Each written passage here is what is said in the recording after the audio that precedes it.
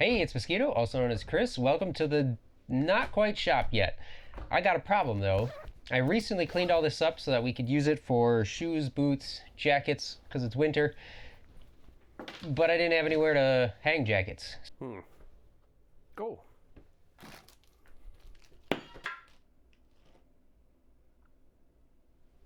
Decided to make this thing super simple, so we'll just ease right on to the projects in 2026. See you in a bit.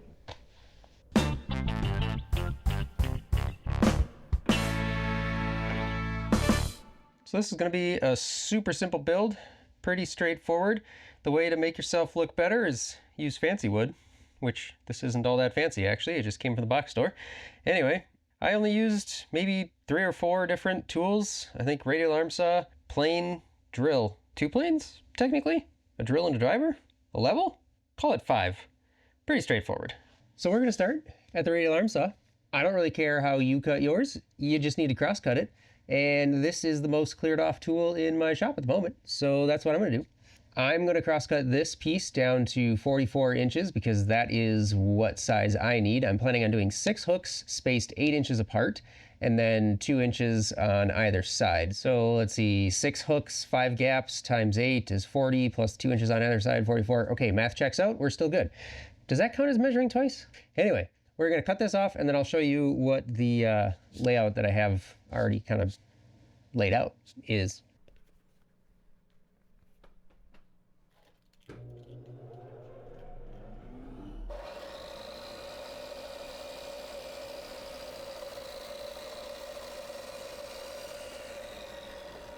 These are intentionally a little bit faint because I'm gonna have to sand them off later. I have 2 inches in from the end marked, so this will be my first hook. And these are the hooks that I'm going with, so it'll be something around like that. And then 4 inches in from that, this line is marked out for where I'm going to drill some holes to mount this thing to the wall. And then 4 inches from there is a line for another hook. 8 inches down for a hook, 4 inches for a stud, 4 inches for a hook, 8 inches for a hook, 4 inches for a stud, 4 inches for a hook, 2 inches to the end. Pretty straightforward. I've got 2 holes punched out for the screws I'm going to use to go into the studs. If I'm going to be completely honest, you probably only need 1 if you're going into an actual 2x4. But what I'm going to be driving these into is, as far as I can tell, is a 2x2 in front of a concrete wall. So I'm going with 2 screws just to make sure that I've got a little bit more security, I guess, because, I don't know, I've got a 5-year-old. Now over at the bench, I've got it clamped up. You really don't need to. I mean, you can just throw this on top of some scraps or just hang the various sections off the bench or a table or whatever. Use your drill press. Doesn't really matter. You figure that out. We need to drill some holes. And I'm going to be using some number 8s, and we'll just be drilling some pilot holes for that because my goal is to hold this thing to the wall, not to screw into this board. So holes all the way through. That would be pilot hole that size. No idea what that is. Something. Big enough? Small enough? Both.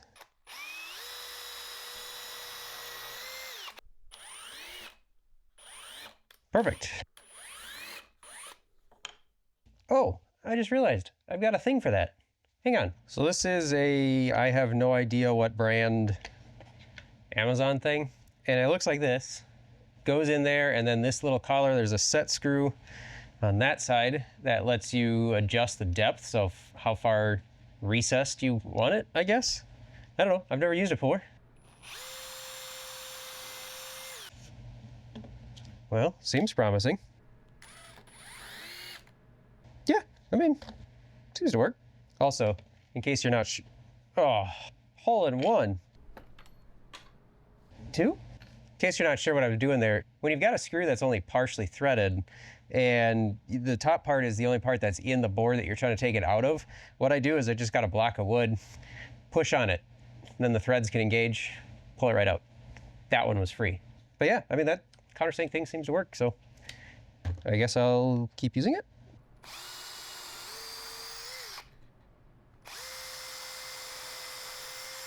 I will have to try to remember that I have that thing from time to time.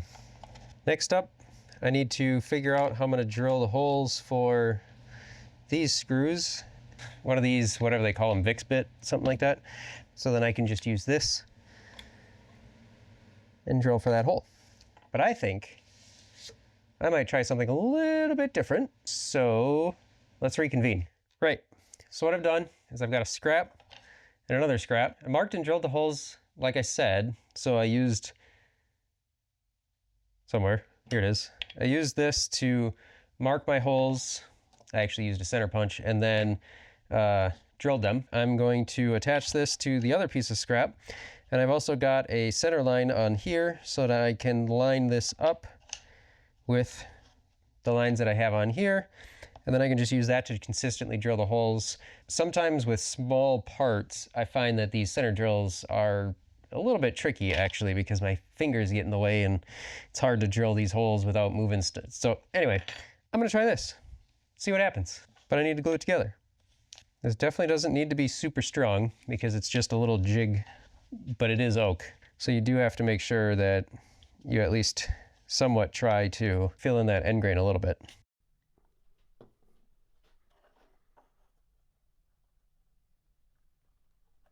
All right, we'll put that on there.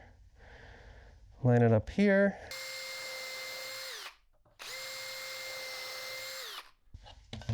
Then we will double check with this. That should work. Seriously, why is this thing so hard to find?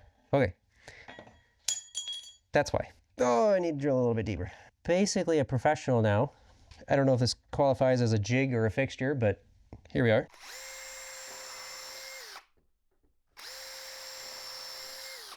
While I've got it here, I think I'm going to hit it with a little bit of sandpaper to get rid of my marks. We're going to bevel some stuff. I could run it through the router table. That is an option. This really isn't that bad to do with hand planes either. You could also run it through the table saw if you want, bandsaw, sand it. You don't even have to do chamfers. You could do roundover. Do whatever you want. I'm gonna do it this way because I've got the hand planes. I might as well use them once in a while, right? We're gonna reset a little because I think the grain is gonna run out that way. Well, I don't know. We'll give it a shot. We'll see what happens.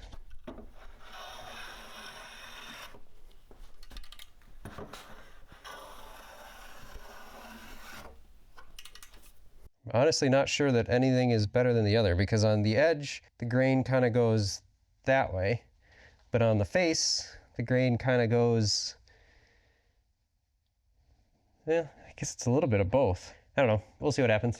So I've got my marking gauge, or my square, set for 1/4 inch, and I'm just doing this with pencil. You could run an actual marking gauge if you wanted to, cut a line with it, but I don't like doing that because then you have to get down below that cut line. And then once you get that far, it's a little bit tricky to see whether you're going too far or whatnot. And if it's not one thing, it's another. Pencil change. Right, and the idea behind this is you plane till it's gone. Pretty simple. Try to start at 45 degrees if you can. And eventually what you'll want to do is adjust. So you kind of go a little ways and then see if you're closer over on the top or on the face, and then you can kind of adjust accordingly. So the end is a little bit further along in the beginning. The middle looks okay, but I'm fairly even, so that's good.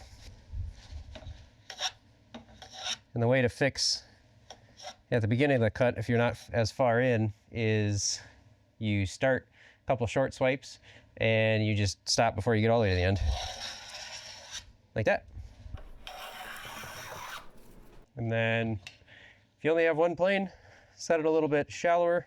If you have more than one, now's a good time to use more than one. So this one is just set up for a much finer shaving. Since this is figured maple, I wanted to have something that would help me minimize the tear out on it. And now you just plane until all of your marks are gone.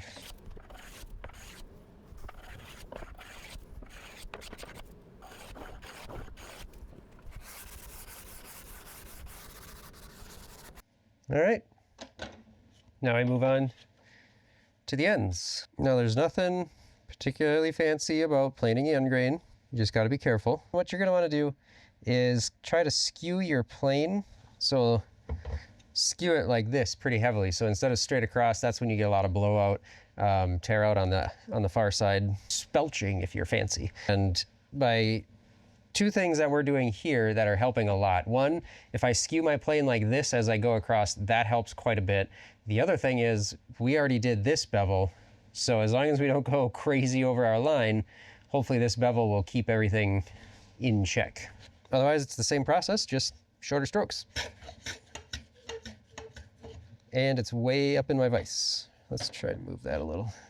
And this one, it's almost more important than getting rid of your lines, is making sure your corners meet up nice, because people would notice if these corners don't line up. They might not notice if it's not perfectly 45 degrees.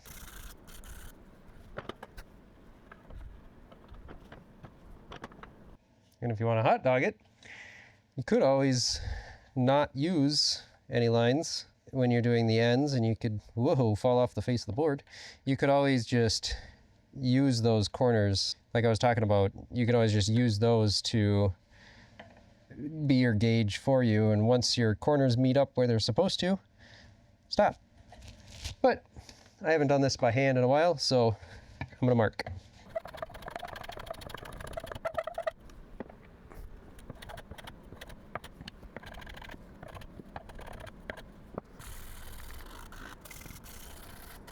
It's as easy as that.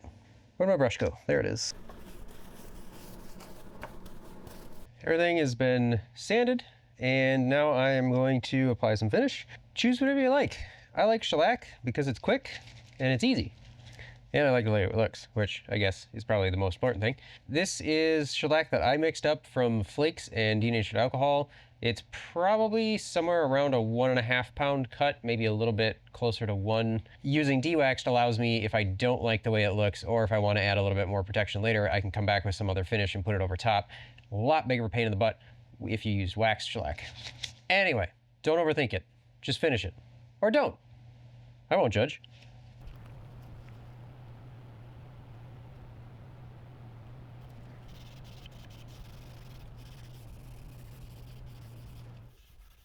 And for things like holding it down while I'm trying to get some finish on it, these spots in between the pre-drilled holes for our hooks are a great spot, because I'm going to cover up the hook. So if the finish isn't perfect,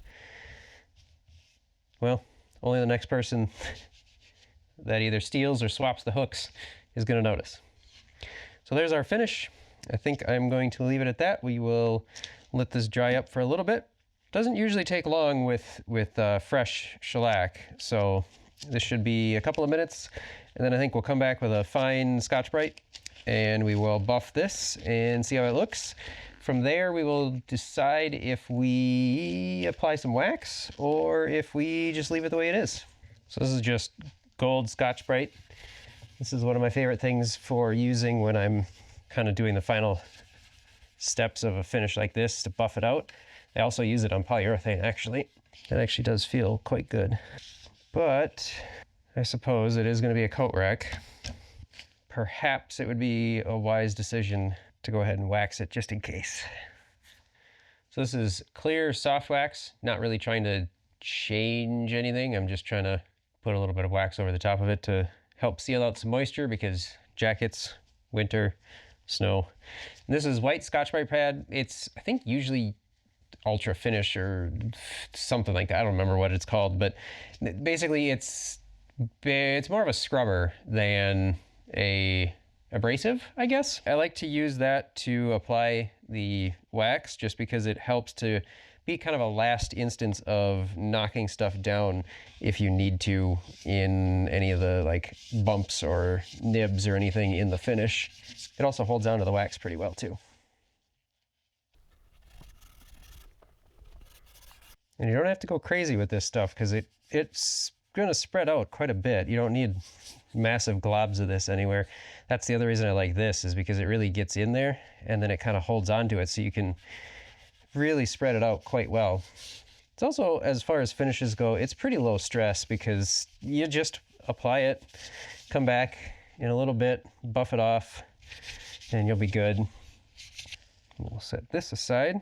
I'm just going to let this sit for a couple of minutes, This is just a clean rag, and I'm going to somewhat aggressively buff this off of here.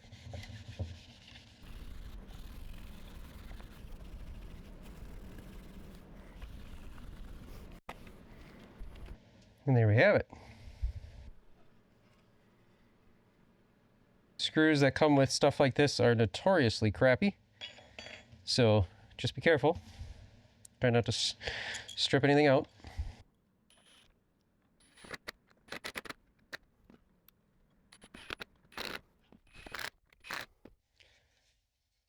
Looks like a coat rack.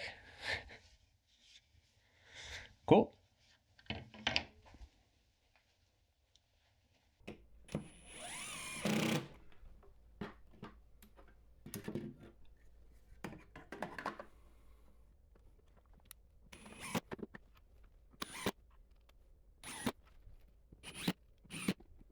So you've got it.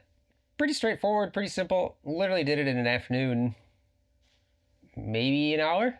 Eventually I'll probably get rid of one of these two things and then be able to push the bench over. Anyway, as always, I appreciate those of you that stuck around this far, and I will catch you in the next one.